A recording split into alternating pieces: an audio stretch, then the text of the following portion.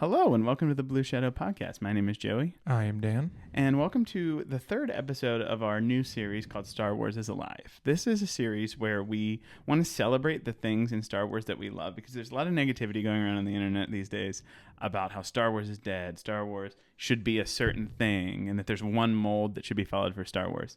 We really want to take Star Wars as a whole, old, new, soon to be released, mix it all together into one big pot and start to pull out our favorite things to show we can love new things, we can love old things. Not everyone's for everyone, but there are certainly things to be appreciated, both in the past, present, and certainly in the future. Yes. So today we're going to be talking about our favorite planets. This is, I think for both of us, it's kind of like a mix of like planets where important things that we like happen on, but also planets where we might want to visit potentially. Yeah. Some of them. Go back to some of them. Yeah, like there's a lot of different reasons you could like a planet, and we will certainly let you know about them. So with that, we want to dive into some honorable mentions. One for each of us, because we can tend to be a little long-winded. My honorable mention is actually Batuu. This is the planet from Star Wars Galaxy's Edge at the Disney World Disneyland. It's also from Tales of Galaxy's Edge, the VR game. There's some books and stuff. But the reason that this scores an honorable mention for me is that I was just able to go to Galaxy's Edge and experiencing a Star Wars planet. And I know like it sounds a little dramatic, but until you actually get to do it, you really feel like you are on the planet. You feel like you are straight up in Star Wars. And for me, having that experience is so insane. So I couldn't help but put it on this list, even though it's not actually been, in a major movie or TV show. Yeah, it's a planet I want to visit, both personally and professionally, in our universe. Really want to hit up Batuu at some point. As you should. I know. All right, what do you got for yours? Mine, honorable mentions, a little bit more broad. It is Tatooine. It had to be on the list. Had to be on the list. Dan took the fall. I love Tatooine. Me too. I think there's so many important events that happen on Tatooine. It had to be on there. And I don't think there's anything wrong with that. I think people get a little fired up about that. Yeah. But almost, if you listen to our last video about our favorite lightsabers, our honorable mentions were our favorite characters. Mm-hmm. And I feel like Tatooine, while it is one of my favorite planets, it's so, I don't want to say basic, just so many things happen on Tatooine. And it's just so broad. I wanted to throw an honorable mention and get a little more specific. It certainly deserves being mentioned on this list for sure. So this is it's almost like it's put into the hall. Mine is more like a personal thing. I feel like yours is like a Hall of Fame entry sort of thing. Yeah, we're hanging Aunt Beru's blankets from the rafter. I love it. All right, well that takes us to our top 5, and my choice for number 5 is from my favorite Star Wars movie, The Rise of Skywalker, and that is Kijimi. The Rise of Skywalker is a very fast-paced movie. Mm-hmm. We're bouncing back and forth from lots of planets, lots of scenes. We spend a sizable amount of time on and above Kijimi. I think that's significant because you really do feel like it's built out a little bit more. Mm-hmm. And I think the sequels did a great job at doing a lot of planetary design. But this one, for me, ticks a lot of boxes. I love snowy planets and environments. I love the way that they have the city designed. If you can see it on the screen version, the video version, it's like a nested city. It was based off of like Japanese influence when they were designing it. There's just so much about it I love, the way the streets look. It's just, for me, it ticks all my boxes for Star Wars planets. And Babu Frick's there. Yep. And we're going to get to experience it in Star Wars Outlaws coming up very soon. I think it'll be out by the time that this video comes out. Probably. Maybe. If not, very soon. Yes. And this, my 5th favorite planet. You don't have anything to say about Kijimi? Listen. I don't want to be redundant. You got nothing else to say? Did you like it? I liked it. I thought it was a good planet. I thought it was interesting. Just wouldn't have been in my top 5. And that's totally fine. All right, anyway. Sorry, I feel like that was a little bit of a downer move on my part. It's a hair. It's okay. It's. Well, now I have to start thinking of things to speak about for other planets. I'm just kidding. My 5th favorite planet, I think it's my only sequels planet on here. And it's not one that I initially thought would be on there, but it is none other than Crait. That's a good choice. It's so visually appealing, first of all. The contrast of the colors. So creative. I hate it. Might be one of the more iconic aspects of The Last Jedi. The sand speeders, whatever, ski speeders, going out to face the Empire, and the red trails kicking up behind them. First Order, Dan. Oh. But no, the sentiment holds true 100%. It's so cool. And how they integrated it in the marketing for all of it, all the posters, everything was red and white. The color red, just throughout that movie, was so prominent. There's some meaning to that, symbolism is like English class. And but, to throw a bone to Joey's favorite scene in that movie, the throne room fight with all red. And it's kind of like the red gets taken away in that scene, but the red's exposed here. It's so cool. And then like at they had a white carpet at like the premiere, and then it turned red when you walked on it. It's very cool. That is. I didn't go, obviously, but I want that for my house. The crate carpet. Oh, nice alliteration. But yeah, no, Crate's fantastic. I love it. And then just the symbolism, what actually happens on Crate. Oh my God, yeah. With Luke and Kylo Ren. And how they use Luke, like Luke's force projection. They use the planet, like his footsteps not showing up. It's just like, it's such a... you could argue it might be one of the most iconic planets from the sequels, if not if not the most iconic. And I also just want to throw out Battlefront 2. Oh yeah, I love the Crate map. Me too. So fun. It is. Oh man, now you got me all fired up about Crate. That does take me though to number 4 for me, which is a dual one. I'm breaking rules because we can make the rules here, right? And this is Exegol and Ahch-To. And the reason that I chose these in this way is I like that in the sequels we got this connection to the ancestral home of the Sith and the ancestral home of the Jedi. And the parallel between them, visually, story-wise, what happens there, I just absolutely love it. And for me, I think these are some of the most deeply like enriching planets for the Jedi and the Sith. Yes. The sequels, kind of what we were just talking about with Crate, a lot of symbolism, a lot of extremes in one way. I mean, and if you're watching the video version, you're looking at Ahch-To versus Exegol and how lush Ahch-To looks. And then Exegol's just this dark blue. Just shadows, caves. Scary statues. Everything's underground. Yeah. It's like the mole people. Anyway, you're number 4, Daniel. My number 4, if you've listened to us before, I have a soft spot for Rogue One. So it's none other than Scarif. We don't get to see much of the planet. We see the Imperial base on Scarif. And it was just such a cool planet. Much like Crate. It's like, it's so unique. It looks... If you would have showed me this picture and told me this was a resort in Star Wars, I'd be like, yeah, let's go Outer Rim Resort. This is one where outside of the events from which we saw it, I would love to visit that. Yeah. My wife and I went to Jamaica for our honeymoon. It kind of has that sort of vibe to it, Caribbean. It looks amazing. And then couple that with the story that took place there and how that really just set up the original trilogy. The way they designed it. It's wonderful. And another good Battlefront 2 map for sure. Not my favorite. Really? It was kind of like patchy. I like that about it. Like there are like little corridors where you could play. Yeah. A lot of heroes versus villains on Scarif for me. I love it. Heroes versus Villains is my favorite. It was. We'll do a Battlefront episode at some point. We talk about it enough. We do. Anything else on Scarif? So cool. It's a shame it had to meet the ending it met. And it wasn't fully destroyed, so maybe we'll get to go back to it one day. What's left of it? Well, rebellions are building hope. Maybe like the other side of the planet. I don't know. We'll see. We'll see. But that takes me to my number 3, which is Ilum / Starkiller Base. Dan and I kind of compared lists beforehand. Sometimes we do, sometimes we don't.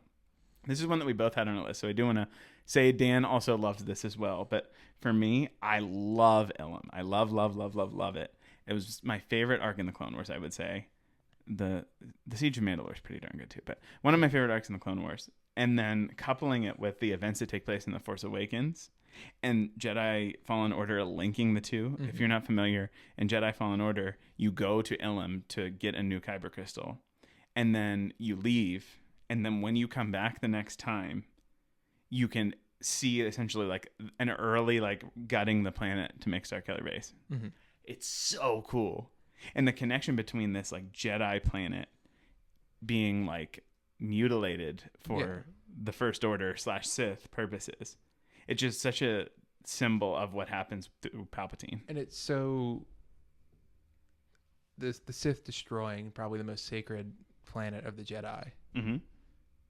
for that very That was reason. so important to them. And Palpatine knows. Of course, Palpatine knows, and Palpatine also realizes that if he destroys Ilum, there's not going to be any more Kyber crystals coming Well, out. there are other places to get Kyber crystals, but this is like the important one. Yeah. So I already said it at Kijimi. I love snow planets. I Mhm. love snow planets. I love snow planets. I love the fight against Rey and Kylo Ren / Finn and Kylo Ren. Everything about it. I just love this planet. Yes. And if you listen to our last episode about our favorite lightsabers, we talked about Ilum there a little bit with Mhm. Gungi and the younglings. Such a great. Oh, Ilum's so good. It's a shame It it turned is. to Star Killer. Unfortunate. And then a couple and up. Good. No revisiting that in the future. Well, it could be revisited in stories pre-Force They Awakens. can but drive through where it was. formerly the site of. Anyway, how about your number 3? My number 3 is a prequel planet. I think it's my first and only prequel. It's my first prequel planet. Yes.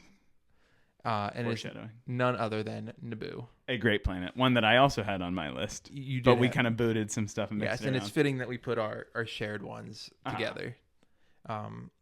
Naboo so vast, so much happens there, both above and below the waterline. Mhm. I love it. This is one of the, like, if I had to visit a Star Wars planet, I would visit this planet sort of thing. And it also has a very special connection to the Blue Shadow podcast. Didn't we get Oh, that's where the Blue Shadow virus was. You're right. the Blue Shadow virus was introduced on none other than Naboo. Yeah, if you're unfamiliar, we have the name Blue Shadow Podcast because we became friends through work in a virology lab, and Mhm. there aren't many things uniting those two topics. No. Blue Shadow virus being one of them. So that's where the name came from. Yes. But yeah, no, I love this planet. I love the variety in it. Like Mhm. Coruscant is all city. Yeah. Naboo has the city, Theed. Then it has the underwater, Otogunga. Mhm. But then there's like the vast plains where the Battle of Naboo took place. The plains, the swamps. Literally, it's like Florida. It is like Florida. A great planet, to be sure. Anything else? No, it was so good. Oh, a lot of power players came out of Naboo as well. Very important. Yeah. Padme, Sheev, Darth Jar Jar. Non-canonical. Yet. Rebuild the galaxy. Anyway, that takes us to number 2. And my number 2 is Hoth. If you've known me, specifically my wife listening to this, Hoth was my absolute top favorite planet from when I, like, childhood. Mm-hmm. That means that my top planet is from something that's relatively newer. This is like, and I think if you asked me tomorrow, I could switch these two. Yeah. But again, I love snow planets, as I've said like 17 times. The snow planet. This is the snow planet. I love the initial scenes where it's more quiet and it feels like you're like, you know, it's a night and it's a snowstorm and you're sitting like out on your, like getting ready to shovel the snow and you Gives just see you it falling. a false sense of safety. Yes. And then when you see like the stark contrast of the like the Empire being there, things smoking, I also think that, you know, Tauntauns are some of my favorite Star Wars creatures. The Fun fact, just a quick brief little aside, we play in a fantasy football league and Mhm. Joey's team name was the Hoth Tauntauns. it was in fact. The logo and everything. I'm a fan. I'm a fan. I know. I feel like I don't often give the original trilogy as much love as it deserves these days. So I'm happy to have this be here because I do love the original trilogy. It's so important.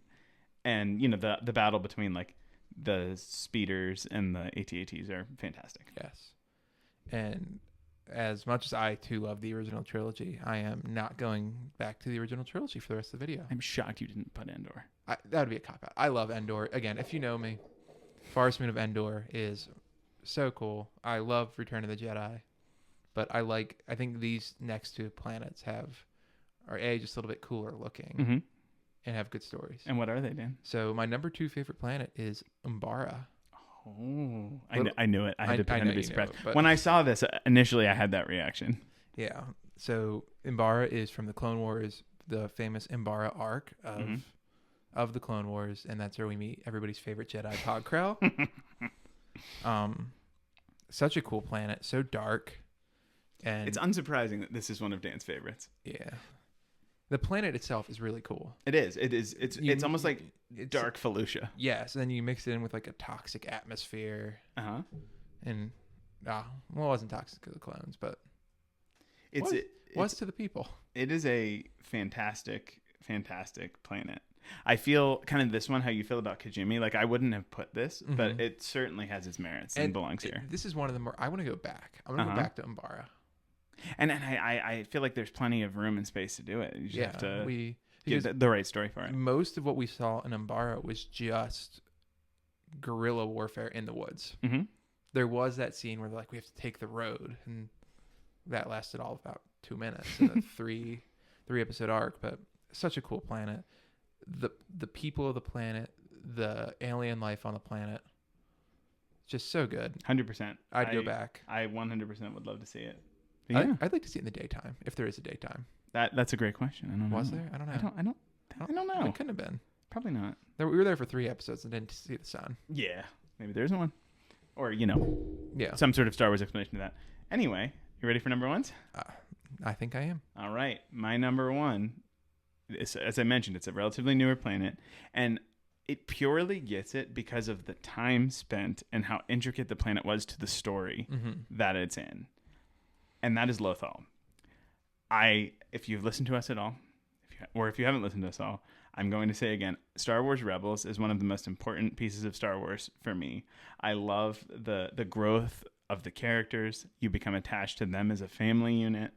The continuation of this story into Ahsoka and seeing it in live action, like the fact that I have a live action picture of Lothal on the screen right now, if you're watching the video version, is insane to me. And I just can't even believe it. So it's one of my favorite planets. It almost feels we're recorded, we're from different sides of the state. We're from Pennsylvania, and Lothal kind of has like a Pennsylvania sort of vibe to it. It's like, you got the city, you certainly have the city, but then on the outskirts of it, it's just like wilderness. Field. Very, very central. It's like if you put like Pittsburgh or Philadelphia in central PA, kind of is what it's like. Could you imagine? But yeah, no, it has that attachment to me because it's kind of reminds me a little bit of like a space version of where I'm from. Mm-hmm. Like Takodana looks like space Pennsylvania. Lothal feels like it. But you like that one? Yeah. Anyway, Lothal has the story meaning. It has that sort of like feel to it. Some of my favorite events in Star Wars took place here. Mm-hmm. Fantastic. Yeah. Anyway, I'll stop talking about Lothal. No, I could go on for 20 more minutes. You could. That brings me to my favorite planet of Star Wars, and it is Mustafar. Ooh. So if you're watching the video, I pulled it from StarWars.com, and it is a picture of Vader's castle, So where weird. Darth Vader really became who Darth Vader is. Mm-hmm. So good. So much importance to the overall story happened on Mustafar. Mm-hmm. Again, where we really are introduced to Darth Vader. Yeah. I mean, we got him in the temple, but this is him. This is arguably one of the most iconic, if not the most iconic lightsaber fight in Star Wars. Yes. So cool. So extensive. It's just so good. And the colors. The blue standing out against the orange. Uh-huh. And it's everywhere, and it's so bleak. Yeah. And then, like, you see it. Like, I'm not sure. You said you didn't complete Vader Immortal, right? No. The story of that is that there's a reason that Mustafar looks like this. Mm-hmm.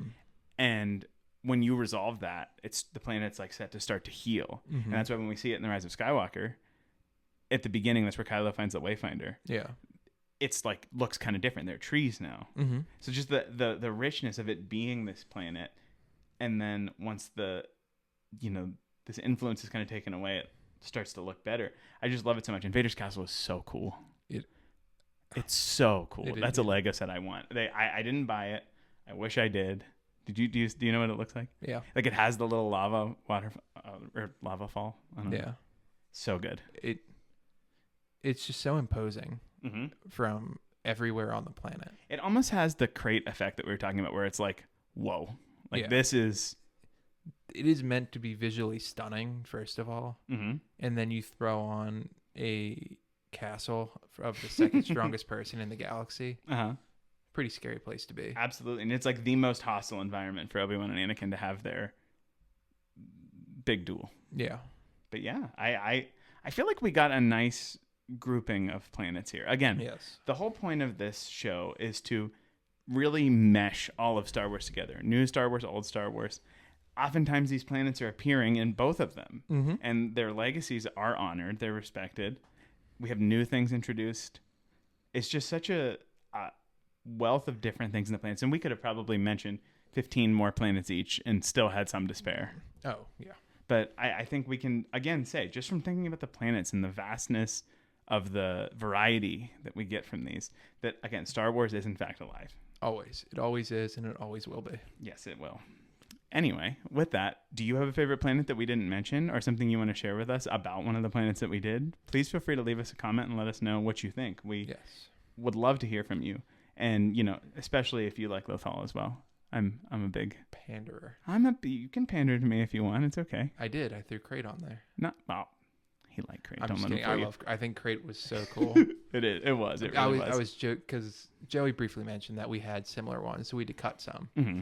And I briefly mentioned that I was going to pander to him by adding something. I didn't tell him what it was. No, it was a good call. And I do feel bad about not having Tatooine on my list because so many of them put things there. But it was mentioned. We got to talk about it. Yes. Anyway, you good? Tatooine is the Star Wars planet. It is the Star Wars planet, and there's always reason to go back. And they do.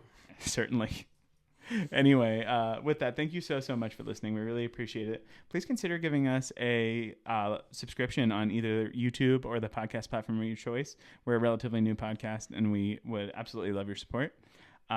Please consider giving us a follow on Twitter, X @BlueShadowPod, or on Instagram @BlueShadowPodcast, and consider looking at our Facebook page, which is Blue Shadow. With that, thank you so much for listening. We really appreciate it, and we will see you next time. See ya. Thank you.